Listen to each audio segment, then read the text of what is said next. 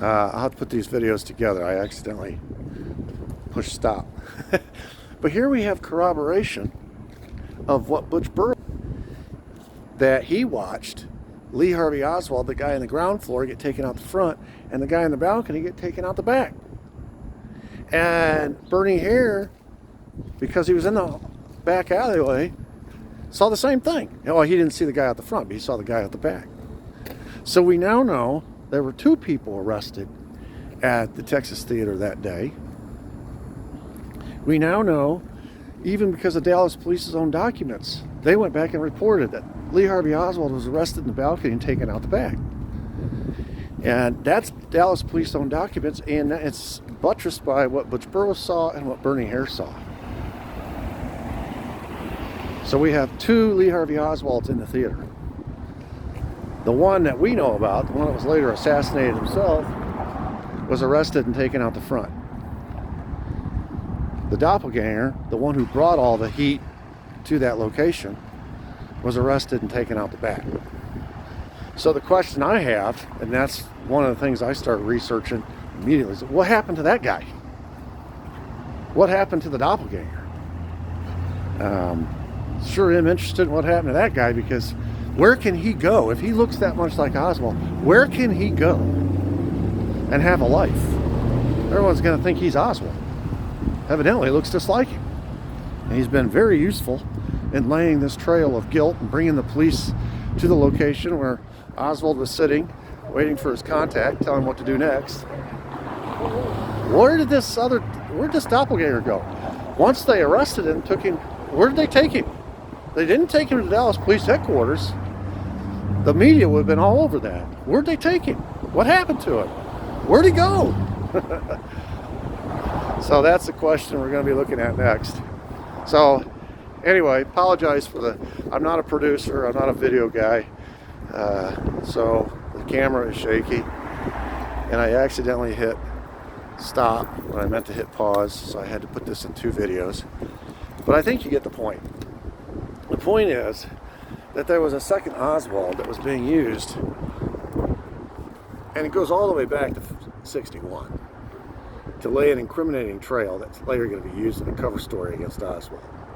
J. Edgar Hoover noted it, and then we just see time after time where doppelgangers, whether in New Orleans or Dallas, are acting suspiciously, always ostentatiously, drawing attention to themselves.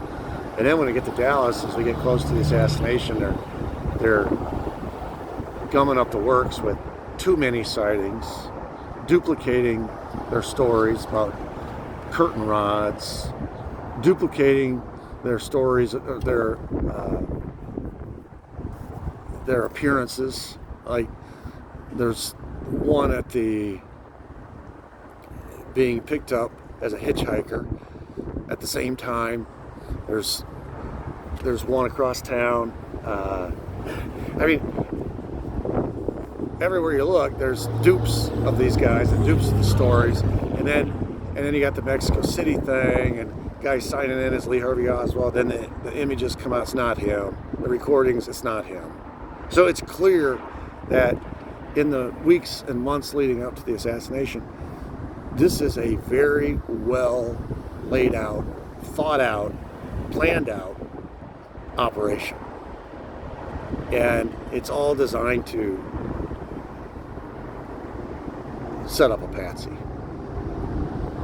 Meanwhile, the real Oswald at 105 is at a bus station or stop. At 107, according to Butch Burroughs, is in a Texas theater brought there by a cab. 115 buys popcorn, and then for the next 25-30 minutes wanders around in the ground floor looking for his contact, can't find him, being watched by Jack Davis, already observed by Butch Burroughs. And then here come the police. Johnny Brewer picks him out because he looks just like him, and off he goes out the front, arrested. Meanwhile, this doppelganger who's been lurking around, drawing all kinds of attention, throwing jackets under cars, getting the attention of a shoe store salesman, entering the Texas Theater without buying a ticket, scurrying upstairs into the balcony, did his job, and they take him out the back quietly 3 or 4 minutes after the big production out front. It's a pretty elaborate scheme, and it accomplished its purpose.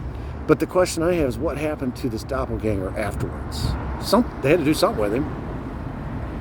You know, he's either going to be useful to a future operation, in which case they're not going to kill him, or maybe they do intend to kill him, or maybe they're going to try to hide him, or they're going to sneak him out somewhere. It's a question I wrestled with for a long time, and finally found some answers. So we'll look at that next. Thank you.